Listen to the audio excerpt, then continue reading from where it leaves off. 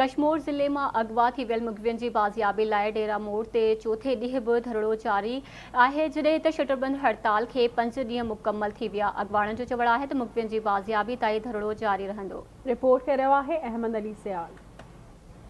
पूरे ज़िले के अंदर जो है अज 5 रोज़ है शटरबंद हड़ताल कश्मीर में है। उन गॾो चौथों ॾींहुं आहे जो डेरा मोड़ जो है सिंध पंजाब दंग ते जो है धरणो है, जैमें पूरे सिंध का क़ौमी कारकुन कई है, जैमें सईद ज़ैन शाह जो है SUP जो अगवाणा है, उन गॾो सनान कुरैशी है, पुनल सारियो है, न्याज़ कलानी है। कश्मीर ज़िले जा हर नंढे वॾे शहरनि जा जेके मुखी उहे भी हिते पंहिंजा मौजूद आहिनि। उन्हनि जो असां ॻाल्हि ॿोल कंदासीं त वधीक उहे असां सां कहिड़े रीता वीचार कहावत ई त धाड़े पुलिस भाई भाई ये ॿई पाण में भाई भाई हुया।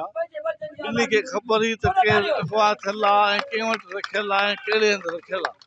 जॾहिं हुननि ते मज़लूम आवाम जो दबाव प्रेशर पियो ऐं सॼी सिंध हुननि सां गॾु थी बीह रही, तॾहिं ही मजबूर थी पिया त अगवा थियलनि खे ही जेको आहे हर सूरत में हर हाल में जेको आहे ज़ाहिर कनि, आज़ादु कनि। अॼु इहे 3 मुखबिर बाज़ाब थिया आहिनि। असांखे पक आहे अञा हिकु ॾींहुं गुज़रंदो कोन त बाक़ी जेके मुखबिर थियल आहिनि इहे न फ़क़ति बाज़ाब थींदा पर आईंदा धाड़ियुनि खे पुलिस खे सोचे सम्झी जेको आहे सिंध जे माण्हुनि हथु विझणो पवंदो त सिंधी माण्हू हाणे बेवस लाचार ऐं मजबूर न आहे ऐं छड़ो छड़ कोन्हे। हाणे ॿधी करे चुको आहे। हाणे अहिड़े क़िस्म जी पुलिस करदी धाड़ियल करदी सिंधी माण्हू कंहिं बि सूरत में बर्दाश्त न कंदो।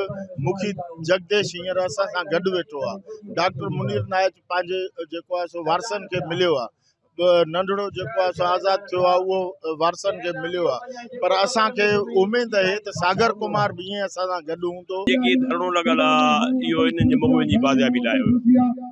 उन्हनि असांखे कल्ह 3 मुखबिर ॾिना आहिनि, चौथे लाइ बि अॼु जे लाइ असुरो हुननि ॾिनो आहे।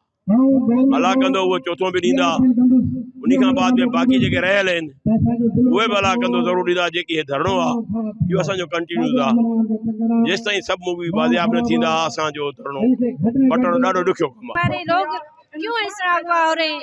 नाज़िया कौसर, नाज़िया जो प्रिंसेस थी वो 9 महीने की थी, उसे डिलीवरी होने वाली थी, उसे अगवा किया गया था। वो भी गांव में क्यों अगवा किया गया था? क्यों? उसका कसूर क्या था? उसकी बेटी को भी अगवा किया गया था। क्यों?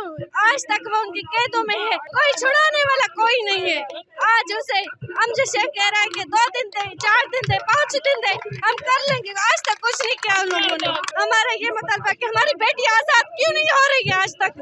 उसे आज तक क्यों कैद किया गया है? SP ये तो चाहे क़ौमी मसला है, क़ौमी झगड़ा कुछ भी ना है। असांजो बेनाक बेकसूर असांजो न्याणी खणी वियो, 8 महीना गुज़री विया आहिनि। इहे असां रस्तनि में या रोडनि में एहतजाज पिया कयूं त असांजे भेण खे आज़ादु। असांजो को बि झगड़ो न आहे, को बि क़ौमी मसलो न आहे। असांजो मुतालबो आहे त असां भेण खे बाज़ियाब कराए ॾियो। ही जेको धरणो जेको जारी आहे, इंशाअल्लाह जेसिताईं मुंहिंजो न्याणी नाज़िया बीबी बाज़ियाब न आहे थियो, इंशाअल्लाह ही धरणो वधी सघे थो। असांजो हिकु ई मुतालबो आहे जेका असांजे ज़िले जा तमामु मुखबिर आहिनि उहे बाज़ियाब करायो वञे ऐं असांजे कश्मीर ज़िले में अमन बहाल करायो वञे। असांजो सिर्फ़ु हिकिड़ो ई मुतालबो आहे, अमन जी धरती आहे ऐं हिन धरती ते सूफ़ीज़म ऐं अमन जी रही आहे त अमन थियणु खपे। हिंदू नौजवान आहिनि ऐं मुस्लिम नौजवान आहिनि, हिते सभिनी हिक ॿिए जो साथ ॾिनो आहे ऐं उनजी महिनत रंग लाथो आहे जो 3 मुखबिर असांजा बाज़ियाब थी विया आहिनि। अॼु बि असां सागर कुंभाल हिते वेठा आहियूं।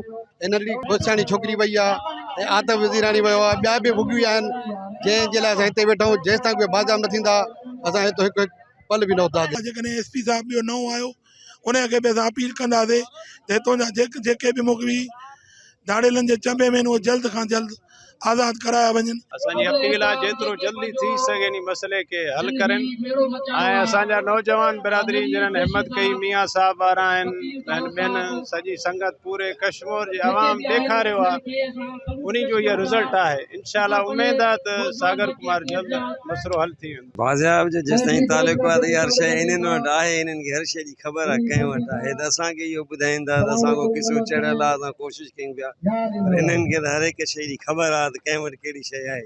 किथां कीअं रिकवर थींदी।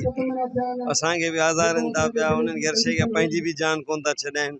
बाक़ी तव्हां क्वेश्चन कयो था SP ट्रांसफर जी, ऑलरेडी हिननि खे टास्क मिलियल आहे, जेसि ताईं मुगवे तूं बाज़ाब न कंदे तोखे हितां कोन करंदा। हिन वक़्तु नाज़िया खोसो खे 9 महीना थी विया आहिनि, उहा बाज़ियाब नथी सघे। उनजी धीअ कौसर खोसो, प्रिया कुमारी, सागर, खोड़ सारा माण्हू आहिनि जेके बाज़ियाब नथी सघिया आहिनि। एतिरे क़दुरु कश्मीर जूं हालतूं इहे आहिनि जो शाम जो 6 वॻे खां पोइ आम माण्हू निकिरे नथो पियो, नथो निकिरे छो त हालतूं ख़राबु आहिनि। पुलिस उहो जेको निज़ाम हलाइण में, इन शहर जो खे पुरमन करण में मुकमल तौर नाकाम वई आहे। जेका रहियल मुगवी आहिनि, प्रिया कुमारी आहे ऐं नाज़िया खोसो आहे, कौसर खोसो आहे, सागर आहे, ऐं ॿिया जेका बि ॿाहिरि आहिनि उनखे आज़ादु कयो वञे। धरणे में शरीक जो ॻाल्हियूं ॿुधियूं उन जंहिंमें घोसपुर, करमपुर, कंदकोट, बख्शापुर, बडाणी खां जेके मुखी हज़रात नूतुजा आया उन्हनि सां बि ॻाल्हियूं ॿुधियूं, उनजे वीचार ॿुधा ऐं जेके धरणे में 12 खां कयल क़ौमी कारकुन अॻुवान उन्हनि जो बि ॻाल्हि ॿोल कईसीं।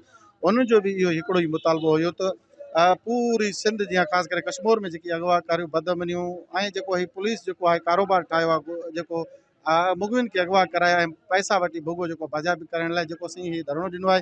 धरणे जो मक़सदु इहो आहे धाड़ियल कल्चर इहा ख़तमु कई वञे। ॿियो त कश्मीर में जेके बि मुगवी आहिनि उन्हनि सॼनि खे बाज़ाब कयो वञे ऐं पूरी सिंध में अमन बहाल कयो वञे, तेसिताईं हीउ धरणो जारी रहंदो। कैमरामैन टीम सां गॾु अहमद अली सियाल, आवाज़ TV न्यूज़, कश्मीर।